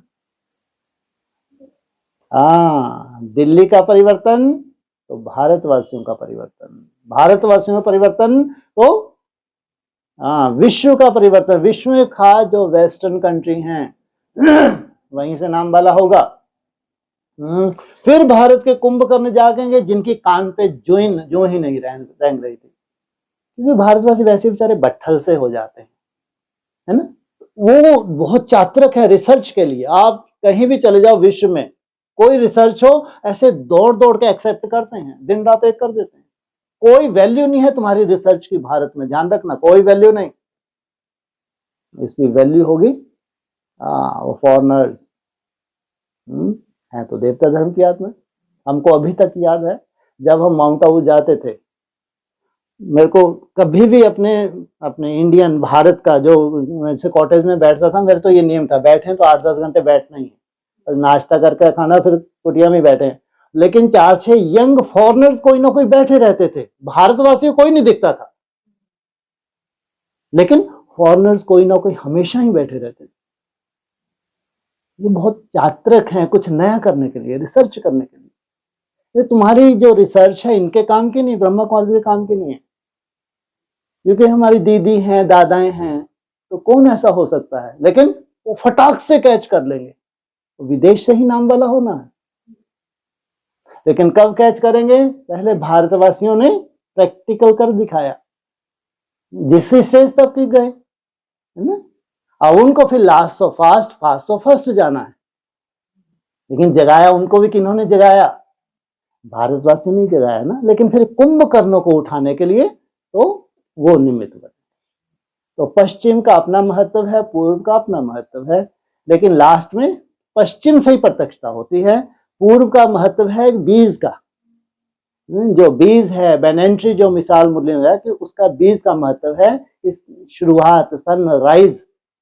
तो ये राइज हुआ तो 2500 वर्ष तक राइज रहेगा, सेट नहीं होगा। ये बेहद की दुनिया में जब ब्रह्मा का दिन आता है तो ये सेट कब होगा? 2500 वर्ष तक उदय ही रहेगा। इसलिए क्या बोला मुरली में, वहां कभी क्या नहीं होता, अंधकार नहीं होता। लेकिन ये सृष्टि का कोई कायदा है क्या? सूर्य अपनी जगह और धरती अपनी जगह चक्कर लगा रही है, ग्रह अपनी जगह अपने अपने तरह के चक्कर लगा रहे हैं, वो तो अविनाशी है भाई। ये सृष्टि क्या है? दिन रात, ये तो एक कायदा ही है। इसलिए अव्यक्त वाणी में बोला है तुम्हारे उठने का टाइम अमृत वेले ही होगा। इसका मतलब सोते हैं ना, लेकिन जागती ज्योति हैं, कोई थकावट नहीं है, क्योंकि ऐसा कोई वर्क ही नहीं है तुम्हारा, आत्मिक स्मृति में रहते हो। इसका मतलब सोना है वहां पे, ऐसा नहीं कि सोना है, रात होती है ऐसे ही रात है, लेकिन ये बेहद की बात है। अगर बोला है कि उस दुनिया में जो वंडर ऑफ द वर्ल्ड है, वहां सन कभी सेट नहीं होता, उनकी बुद्धि में सदा ही सन राइज रहता है, तो उनकी दुनिया कभी अंधकार होता ही नहीं। फिर जब रावण राज आएगा 2500 वर्ष के बाद, तब जाके अंधकार की शुरुआत होती है। लेकिन ये तो इतने पावरफुल हैं कि कलयुग के अंत तक भी इनके पास कोई अंधकार नहीं है। इसलिए राइज हुआ, लेकिन फिर जब क्या हो गया, फिर इसको सेट कब होना है? इसलिए बोला है एक बार तो हम चढ़ती कला होगी, ऐसा नहीं तुम्हारा कभी डाउनफॉल होगा। चढ़ती कला तेरे बहाने अब सर्व का भला होना है। ब्रह्मा का दिन सो ब्राह्मणों का दिन, ब्रह्मा की रात सो ब्राह्मणों की रात, वो हो चुकी। लेकिन अब अगर ब्रह्मा का दिन है तो क्या होना चाहिए? ब्राह्मणों का दिन होना चाहिए। अब कभी रात होगी नहीं। लेकिन प्रत्यक्षता की शुरुआत कहां से होती है? पश्चिम से। हाँ जी। बोला एडम ईव कहते तो है लेकिन समझते नहीं है। हाँ जी। ईव वास्तव में ये ब्रह्मा है। ठीक है। तो कौन से ब्रह्मा ईव? ईव वास्तव में ये ब्रह्मा है, लेकिन ब्राह्मणों की दुनिया में। लेकिन जब आप जाएंगे ब्रॉड ड्रामा में जाएंगे तो ये कहानी जो है किनके उसमें है? ये क्रिश्चियंस में है या तो फिर मुस्लिम में भी गायन है, एडम और ईव का। तो ईव फीमेल है, एडम मेल है। अगर ब्रह्मा क्या है? ईव है, तो फिर एडम कौन हो गया? शिव बाबा। शिव बाबा हो गया एडम, और ईव कौन होगी? ब्रह्मा, क्योंकि बन्नी बोला है ये है मेरी बन्नी। क्या है ये? तो वो रचयिता, बन्नी का रचयिता कौन हो गया? शिव बाबा हो गया। लेकिन जब उनके हिसाब से पढ़ेंगे तो वो फीमेल है ना, और एडम मेल है। तो ये जब नीचे गिरते हैं तो सृष्टि नीचे गिर जाती है। उसमें पहले जो है एडम या ईव? ईव की मन बुद्धि, ध्यान रखना, सफिशिएंट है। इसका मन बुद्धि से नीचे गिरना ही सफिशिएंट, परिवर्तन। और इसका मन बुद्धि का ऊपर उठना सफिशिएंट, परिवर्तन। ये वाइब्रेशन की पावर है। ऐसा नहीं है कि ईव वहां इतनी कमजोर पड़ गई कि एडम भी बेचारा गिर पड़ा। कायदा नहीं है, पूरी सृष्टि का ही कायदा नहीं है। हाँ, लेकिन उसको मन बुद्धि से गिरना ही सफिशिएंट है। दुनिया ही परिवर्तन हो गई। सोचो आप, कहाँ रह रहे थे ये? जन्नत में थे, अब कहाँ आ गए? दोजक में आ गए। रावण राज्य शुरू हो गया। तो ये उन्होंने कहानियां लिख दी हैं। बाबा ने संगम युग के लिए बोला। अगर ब्रह्मा ही क्या है, ईव है, तो एडम कौन है? इसके पतित बनने से सब पतित और इसके पावन बनने से सब पावन। ये ईव का परिवर्तन हो गया तो पूरी सृष्टि का परिवर्तन हो जाएगा। तो ब्रह्मा है बड़ी से बड़ी मां बेहद में, लेकिन जब हद में आएंगे तो पेड़ है, वो पेड़ पूरा चक्कर लगाता है, वो पेड़ पूरा चक्कर लगाएगा तो डाउनफॉल कब से शुरुआत होती है? ऐसे कलाएं कम होना उसको डाउनफॉल नहीं कहा। तो रावण राज कब से? हाँ, जब 2500 वर्ष हो गए तो हाँ, वहां से फिर डाउनफॉल शुरू होता है। लेकिन इतना डाउनफॉल नहीं हो जाता कि कहाँ कन्वर्ट हो जाएं, इस्लामियों में कन्वर्ट हो जाएं। इतना डाउनफॉल नहीं होता कि बौद्धियों में कन्वर्ट हो जाए, क्रिश्चियन में कन्वर्ट हो जाए, किसी भी धर्म में कन्वर्ट, इतना डाउनफॉल नहीं होता। ये तो अंत तक स्थिरियम बने रहते हैं। लेकिन मनसा का परिवर्तन होता है, नहीं होता है। 16 कलाएं से 14, 14 से 12, 12 से 8, ये स्थिर में है। अब स्थिरियम नहीं रहेंगे। 8 कला से जैसे ही नीचे सुई गई, वहां से देहभान की परसेंटेज बढ़ने लगी। इतनी नहीं बढ़ गई कि ऊपर से आत्मा आके आपको परवश कर दे, इतनी नहीं, लेकिन तो भी वैसी परसेंटेज नहीं रही जो सतयुग त्रेता में थी। अब ये परसेंटेज देहभान की बढ़ गई। दिन प्रतिदिन क्या होना है? देहभान बढ़ते जाना है, आत्मभान को धीरे धीरे लुप्त होने जाना है। उसको लुप्त ही कहेंगे। कहाँ 8 कलाएं, कहाँ 4 कला, कहाँ कलाहीन। कलाहीन के बावजूद भी आप हिस्ट्री में देखो, हिस्ट्री उठा के देखना, जो आज भी गायन है। अब ये लगे हुए हैं सिंध लेने के लिए। उस सिंध में 800 वर्ष पहले किसी का जलवा हुआ था। 800 वर्ष पहले, सोचो किसका जलवा हुआ था। सिंधियों में मान्यता है? अरे सिंधियों में कोई चमत्कारी हुए हैं? झूलेलाल, सोचो, हिस्ट्री की बात है। 800 वर्ष पहले झूलेलाल को आज भी वो अपने ईस्ट के रूप में मान्यता दी हुई है। सोचो, और धर्म में भी ऐसे जलवे हुए हैं देवता धर्म वालों के। पीछे 300 वर्ष पीछे चले जाओ, चलो राज करेगा खालसा, खदेड़ के फेंक दिया मुसलमानों को। ऐसी बड़ी पावर कि कई किलोमीटर दूर अगर तीर मार रहे हैं तो वहीं जाके लग रहा है जहां तीर मार रहे हैं, जबकि वो तो दिख भी नहीं रही तुमको। जगह नहीं दिख रही, लेकिन तुम्हारा लक्ष्य जो है तुमने छोड़ा तो वहीं जाके तीर लग रहा है, जो कि चमत्कार से कम नहीं है। बड़े से बड़ा सन्यासी कन्वर्ट हो रहा है। सोचो, वो सन्यासी अगर उसके खटिया पे कोई बैठ जाए तो खटिया उठा के फेंक दे। उस खटिया पे जब बैठते हैं जाके तो हैरान हो जाता है कि ये कौन महापुरुष है, मेरी खटिया पे कोई बैठ नहीं सकता, इतना तेज है उस सन्यासी में। ये हिस्ट्री में हुए हैं भाई, हिस्ट्री की बातें हैं। कल्पना करके देखो, कल कहां कलयुग का लास्ट चरण है, 300 वर्ष बचे हैं, तो कहां तुम्हारे जलवे हो रहे हैं। ये नहीं तुम्हारा जलवा कोई द्वापर युग से ही खत्म हो गया, तुम कन्वर्ट हो गए, ये कायदा नहीं है। नहीं तो इतनी मेहनत करने का फायदा ही क्या हुआ। अगर अंत तक तुम्हारी राजाई नहीं रहती तो यहां फायदा माथा मारने का क्या जरूरत। अंत तक कायम रहनी चाहिए। यही हिस्ट्री नहीं, लोकल हिस्ट्री में भी है। यहाँ की हिस्ट्री उठा के देख लो, लोकल हिस्ट्री 100-200 वर्ष पीछे चले जाओ, बहुत चमत्कार हुए हैं। यहाँ कहीं भी चले जाओ, हिस्ट्री की बात कर रहे हैं, पौराणिक कथाओं की बात नहीं कर रहे। हिस्ट्री माना जिन्होंने देखा है, सुना है और लिख दिया, वो है, आज भी हिस्ट्री है। सोचो तो कितने पावरफुल रहे हैं ये, कि कलयुग के अंत तक भी इनके जलवे हुए हैं। कितना सुंदर अव्यक्त आत्माओं को सहयोग कह लो, या इनकी बैटरी इतनी डिस्चार्ज नहीं हुई है कि ये अपने जो जहां पे भी हैं वहां कोई जलवा नहीं दिखा सकते। साधारण बात नहीं है राजयोग। राजयोग की सीमा नहीं है, ये असीम है। इसलिए कहते हैं जन्म जन्मांतर की राजाई, बोलते हैं बाबा। पूरा ब्रॉड ड्रामा तुम्हारा सुखदाई हो जाता है, पूरा ब्रॉड ड्रामा। इसलिए अगर ईव है ब्रह्मा तो संगम युग की बात है। लेकिन जैसा उनके, चाहे बाइबल के थ्रू हो चाहे कुरान के थ्रू, उनको शायद उनके है तो फीमेल है ईव और मेल है एडम, है ना। तो जिनसे सृष्टि की शुरुआत होती है तो वो कमजोर भी पड़ते हैं, लेकिन इतने कमजोर नहीं पड़े कि दूसरे धर्म में कन्वर्ट हो जाए।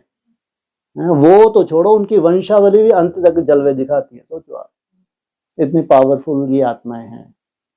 कितनी हैं आत्माएं? 60-70 हैं। अभी आगे जाके जब हिस्ट्री खुलेगी ना पीली, तुम लोग हैरान हो जाओगे। लोकल लेवल पे जो जलवे हुए हैं, अगर ये लोकल लेवल पे प्रत्यक्ष हो जाए तो जय जयकार हो जाए। कहाँ लग रहा है? बागेश्वर धाम। जब राजयोग जिनका सिद्ध होगा वो जलवा यहीं दिखाएंगे, यहीं जलवे होंगे। साधारण नहीं हो सकती। अगर भगवान सिमरन करता है? भगवान तो, तुम भगवान का सिमरन करते हो, भगवान तुम्हारा सिमरन करता है, पूरी दुनिया जिसका सिमरन करे वो तुम्हारा सिमरन करे, तो ब्रॉड ड्रामा तुम्हारा साधारण कैसे हो सकता है? तो एडम ईव की परिभाषा एक तो वो है जो ब्रॉड ड्रामा में है शास्त्रों में, एक हमारे संगम युग का है। तो ब्रह्मा का जब दिन होता है तो सब ब्राह्मणों का दिन होता है, जब ब्रह्मा की रात होती है तो सब ब्राह्मणों की रात। उस हिसाब से बोला मुरली। ये ब्रह्मा है तो एडम शिव बाबा। शिव बाबा, क्योंकि उसने बोला ना ये मेरी पहली पहली बननी है। अच्छा, अभी बोला माता गुरु बिगर उद्धार हो न सके। बिल्कुल ना हो सके। इस ब्रह्मा की भी माता गुरु बनी ना, बिल्कुल हो ही ना सके। ये अगर तुम्हारा दृष्टिकोण बन गया, सब माताएं हैं तो जो हो गया काम। तुम्हारा दृष्टिकोण क्या बने? बहन के प्रति भी दृष्टि कैसी हो सकती है? हाँ, बहन भाई का संबंध भी झूठा हो सकता है, हो रहे हैं, लेकिन माँ का संबंध कभी झूठा नहीं होता। इसलिए कृष्ण की सबसे बड़ी सच्चाई कौन सी है? किस रूप में देखा? माँ के रूप में देखा। माता गुरु बिना उद्धार हो नहीं सकता। तुम चमगादड़ बन सकते हो लेकिन उद्धार नहीं हो सकता। वो माँ जो है उसको वैसा ही मर्तबा देना पड़े जैसा हम अपने सगी माँ को मर्तबा देते हैं, वैसा। वो दृष्टिकोण जब बन गया तो तुम्हारा उत्थान हो गया। माता गुरु बिना उत्थान हो ना सके। चमगादड़ बन सकते हो उल्टे रूप में धारण किया है तो, लेकिन उत्थान नहीं हो सकता। गुरु है तो गुरु का रूप मानना पड़े। और जिस नारी शक्ति को भगवान ने निमित्त बनाया है, वो भोग की सामग्री कैसे हो सकती है? सोचो, भगवान जिनको निमित्त बनाए उसके प्रति अगर तुम्हारा दृष्टिकोण चेंज नहीं हुआ तो तुम्हारी वृत्ति कैसे चेंज हो सकती है? माता गुरु बिना उद्धार हो ना सके, पत्थर की लकीर है। हाँ जी।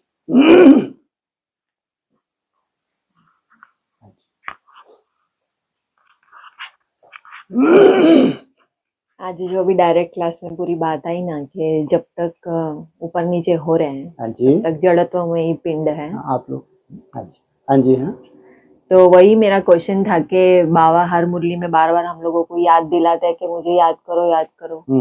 तो जरूर हम कुछ या तो आत्मा बनने में कुछ भूल कर रहे हैं, त्रुटि है, या याद में त्रुटि है, समझ में नहीं आ रहा होगा, इसलिए बाबा बार बार टेंशन दिलाते हैं। तो बोलना क्यों पड़ रहा है बाबा को बार बार? अच्छा, वो नहीं भूलते। भगवान इतना परफेक्ट अपनी ड्यूटी निभाता है रोज का रोज। तो क्या जरूरत है भाई, है ना? एक बार बोल दिया, आपके बच्चे हैं, हम साधारण थोड़ी हैं। एक बार वो बुद्धि में हमारे बैठ गया ना भाई। रोज मुरली सुनो, कम से कम 2 बार ज्ञान स्नान करो, एक बार भी नहीं। कि सुबह तुम्हारी ताजगी आती है, शाम तक फिर तुम वैसे के वैसे हो जाते हो। ज्ञान स्नान कितनी बार बताया है? सोचो आप। और हमारे भारतीय में भी ऐसे 2 बार जाते हैं, सुबह भी डुबकी लगाई जाके, शाम को भी डुबकी लगाई। सोचो, नहीं तो एक बार में बैठ जाना चाहिए ना। पूरे सार क्या है?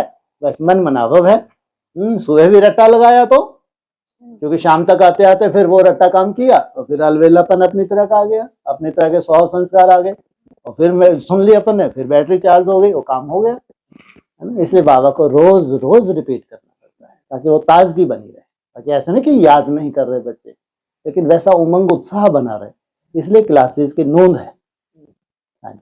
और फिर उसका कनेक्शन अमन बनने से पता चला कि हाँ जी, मालूम पड़ा।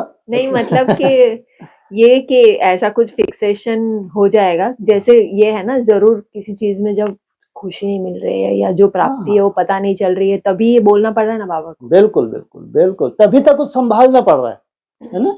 इसलिए जब तक जीना है तब तक पीना है। जब तुम उस स्वरूप में निष्ठ हो गए, अब तुमको दरकार ही नहीं। इसलिए बोले जब तक जीना है तब तक पीना है। जब स्वरूप निष्ठ हो गए फिर दरकार नहीं है। इसलिए बाप जानता है कि वो जमदे जामदे नहीं होता है, उसमें टिकने में टाइम लगता है। इसलिए बाबा बार बार तुमको घोटते हैं, बार बार, ताकि बार बार नशा चढ़े। मालूम है नशा डाउन होता है, लेकिन बार बार बाप की ड्यूटी है जब तक वहां स्थिरियम ना हो जाए। तो वो कल थोड़ी हंसी की बात है, कल मैं जब कर रही थी याद बाबा को, तो वही है संकल्पों में बह जाना, फिर याद करना। तो मैं बोलती थी अपने आप को कि ये कमाई हो रही है, तुमको समझ में नहीं आ रहा है, लेकिन कमाई हो रही है, तुम रोको अपने आप को। वो रहता है ना, हमने कुछ अभी जैसे आपने एक सेंटेंस बोला था कि इन्वेस्टमेंट का इतना भारी रिटर्न मिल रहा है, तो हम कैसे छोड़ सकते हैं? सोचो आप। हाँ। तो सबसे बढ़िया मुरली का सुंदर पॉइंट मेरे को अच्छा लगता है, भैंस भैंस भैंस भैंस बिठा दिया उसको गुफा में, है मतलब मैं बाहर कैसे निकलूं, तपस्या तो कर रहा हूं। अरे भैया तू अपने आप से बाहर निकल, वहां तो कोटेज की भी जरूरत नहीं है ना। मतलब बुद्धि भैंस बुद्धि है तो उसकी एक्टिविटी भैंस जैसी होगी, तो इनको बिठा दो गुफा में, किस काम के। ये बाबा कहता है कि पेड़ ने तुमको नहीं पकड़ रखा है, तुमने क्या पकड़ रखा है, इतनी सूक्ष्म बुद्धि हो जाए। बस नई दुनिया में भैंस बुद्धि नहीं होते। कौन सी बुद्धि होते हैं फिर? बैल बुद्धि भी नहीं होते, ध्यान रखना। हाँ, बैलों के ऊपर सवारी करनी पड़ी। गाय होती है ना। हाँ, तो कैसा दूध देती है, अमृत कहा जाता है। सोचो, गाय का दूध अमृत कहा जाता है, कितनी बड़ी बात है। और अमृत का कोई पान करे और अमर भाव का वरदान ना मिले, ये कैसे हो सकता है? और फिर स्टार्टिंग में ये बात आई ना कि जब भी मन टॉर्चर होता है, हाँ जी, तो फिर शरीर में जो है ना वो व्याधियों का रूप ले लेता है। हाँ, ये तो खेल बहुत तेजी से चल रहा है। आपके मन में, जैसे बाबा ने अव्यक्त में एक सुंदर पॉइंट आया है, अहम और वहम, बहुत सुंदर पॉइंट है, कभी आपको ध्यान होगा, है ना। अहम और वहम से भगवान तुमको बाहर निकालना चाहता है। अगर आप अहंकार तो सब चलो जानते हैं, अहम भाव, लेकिन वहम, अगर तुम्हारी बुद्धि में कोई वहम बैठ गया, कोई नहीं निकाल सकता, दुनिया कोई ताकत नहीं है।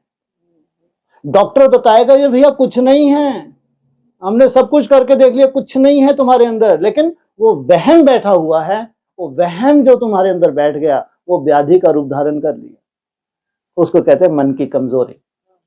वो मन की कमजोरी तब तक है जब तक मन उससे उभर ना जाए। उसको, मन को उभरने के लिए पॉजिटिव चिंतन, लेकिन वो चिंतन उतनी ही गहराई तक बैठना चाहिए जितनी गहराई तक वो वहम बैठ चुका है तुम्हारे अवचेतन मन।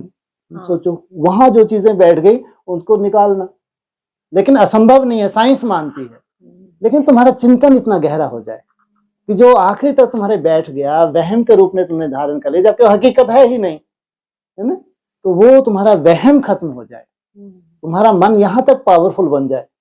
और मन तो ऑलरेडी एक बहुत बड़ी रिसर्च है, मन का पावरफुल होना माना सृष्टि का परिवर्तन। और तुम्हारी अपनी तरह की कोई भी व्याधि हो, चाहे मन बुद्धि की हो, चाहे शारीरिक हो, कैसे रह सकती है भाई? इसलिए हमारे भक्ति मार्ग में जो निश्चय कर लेते हैं भगवान के ऊपर, वो भी कहीं ना कहीं अपने मन को ऊपर उठा लेते हैं।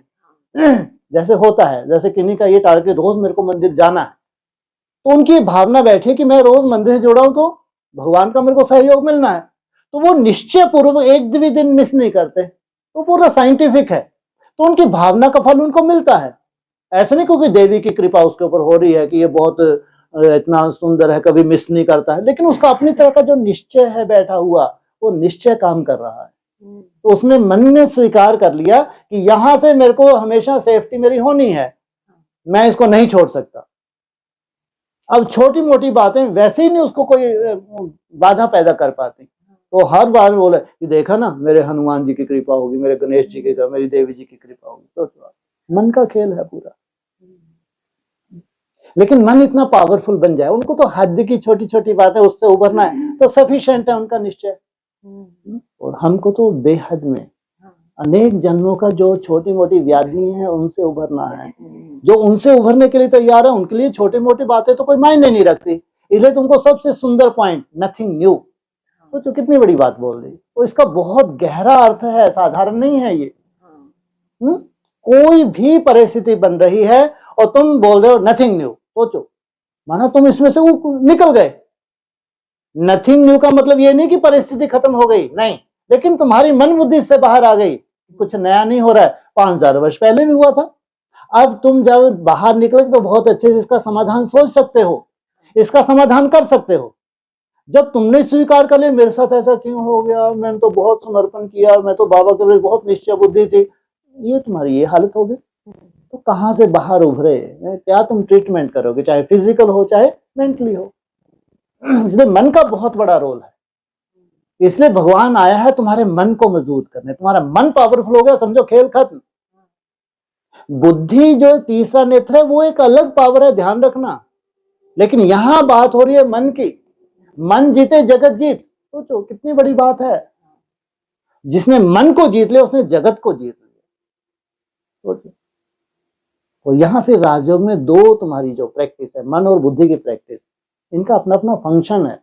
लेकिन सबसे बड़ा तो आज चैलेंज है, मन के लिए चैलेंज है। और जिसने मन को जीत लिया तो उसका तीसरा नेत्र तो सूक्ष्म हो ही जाएगा। तीसरा नेत्र सूक्ष्म तो मन के ऊपर है, ये ध्यान रखना, मन से नीचे नहीं है।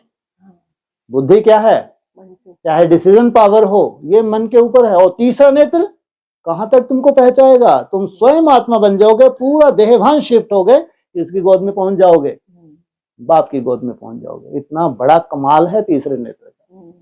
लेकिन पहले मन का पावरफुल हो जाना, मन तुम्हारे बल धारण हो जाए, एकाग्रता का धीरे धीरे क्या हो रहा है, ये बल का रूप बन रहा है। जितने तुम प्रैक्टिस करते जा रहे हो एकाग्रता, उतना ये बल है, शक्ति है। ये छोटी मोटी बातों को इग्नोर करने की पावर आ जाएगी। अक्सर ऐसा होता है ब्राह्मणों की दुनिया में, जो छोटे मोटे पेपर्स होते हैं तो इग्नोर कर देते हैं वो। बाबा कहते हैं नथिंग न्यू, ऐसे ऐसे तुम्हारे पेपर होंगे, ऐसा ऐसा अचानक का पेपर होगा। तो ज्यादातर ऐसा, ये ज्ञान भी इतना सुंदर काम करता है, नथिंग न्यू। और जबकि इसकी सबसे ज्यादा रिसर्च सेंटर पे आप बैठे हैं तो बहुत जरूरत है इसकी, ताकि तुम्हारा टाइम वेस्ट ना हो, तुम्हारा मन कमजोर ना बने। मन अगर कमजोर हो गया, टाइम वेस्ट हो गया, तो मन में कमजोरी तो अक्सर आने वाली है। और जब तुम्हारा मन पावरफुल हो गया तो कोई माया बची ही नहीं। हमारी प्रैक्टिस के लिए है जो भी छोटे मोटे माया के रूप हैं, इसलिए है ये, केवल आपकी प्रैक्टिस के लिए है, ये हकीकत नहीं है। जब तक तुम प्रभावित हो रहे हो तब तक है ये, कोई हकीकत नहीं है। तुम्हारा मन पावरफुल हुआ, माया खल्लास, अब कोई माया ही नहीं बची। क्योंकि परिस्थिति अपनी जगह है लेकिन तुम प्रभावित नहीं हो रहे। प्रभावित नहीं हो रहे तो तुम्हारा वायुमंडल सुंदर बना हुआ है, तो आगे चल के ऐसी स्टेज पे आ रहे हो दूर से ही परिस्थिति को खत्म कर रहे हो तुम। सोचो अव्यक्तवाणी के महावाक्य है। ऐसा पावरफुल तुम्हारा स्वरूप बन जाए कि दूर से ही परिस्थिति खत्म हो जाए। तो जरूर जब जब परिस्थिति है तो उसमें तुमने ये सबूत दिया है अपने आप को, कितना प्रभावित हुए नहीं हुए किसी को बताने की जरूरत नहीं, लेकिन इंटरनल अपनी एक चेकिंग है कि उन परिस्थितियों में कितना प्रभावित हुए नहीं हुए, अपनी चेकिंग है। उससे हम लक्ष्य लेते हैं। अगर प्रभावित हुए कोई बड़ी बात नहीं प्रभावित होना, लेकिन आगे के लिए उससे आपने लक्ष्य लिया है कि इतना मैं प्रभावित, लेकिन ये भी नहीं होना चाहिए था। लक्ष्य भी कहां से लोगे? अव्यक्तवाणी तो पढ़ा रही है, लेकिन पर्सनल पढ़ाई तो तुम्हारी खुद की है ना। जो पेपर आ रहे हैं वही असली तुम्हारी पढ़ाई है, उसी से तुमको शिक्षा धारण करनी है, उसी से अपना स्वरूप भी देखना है जो भविष्य का बनना है। इसलिए असली पढ़ाई है जो भी छोटे मोटे माया के रूप हैं, ये असली पढ़ाई है। ये है प्रैक्टिकल, ये है थ्योरी, प्रैक्टिकल नहीं है। प्रैक्टिकल जिस फील्ड में हो, जहां भी हो, वहां जो भी माया का रूप है छोटा मोटा। इसलिए बाबा ने बोल दिया, मुरली में आ गया कि तुम्हारे अंदर की कमजोरी माया है, बाहर नहीं देखो। तुम्हारे अंदर से जब वो कमजोरी खत्म हो जाएगी तो बाहर का रूप भी खत्म हो गया। माना फिर से वो परिस्थिति आई है, अब तुमको प्रभावित नहीं कर रही है, अब तुम्हारा वायुमंडल इतना पावरफुल हो गया, वो परिस्थिति रिपीट ही नहीं हो रही। ये है पढ़ाई, ये है राजयोग। चलो 7 बज गए।